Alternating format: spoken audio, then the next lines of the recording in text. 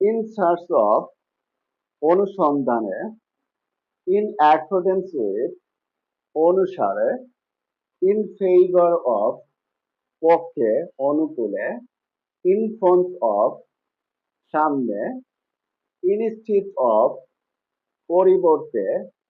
in lieu of পরিবর্তে, in order to উদ্দেশ্যে, in spite of সত্ত্বেও, in consequence of ফলে, as a result ফলে, on behalf of পক্ষে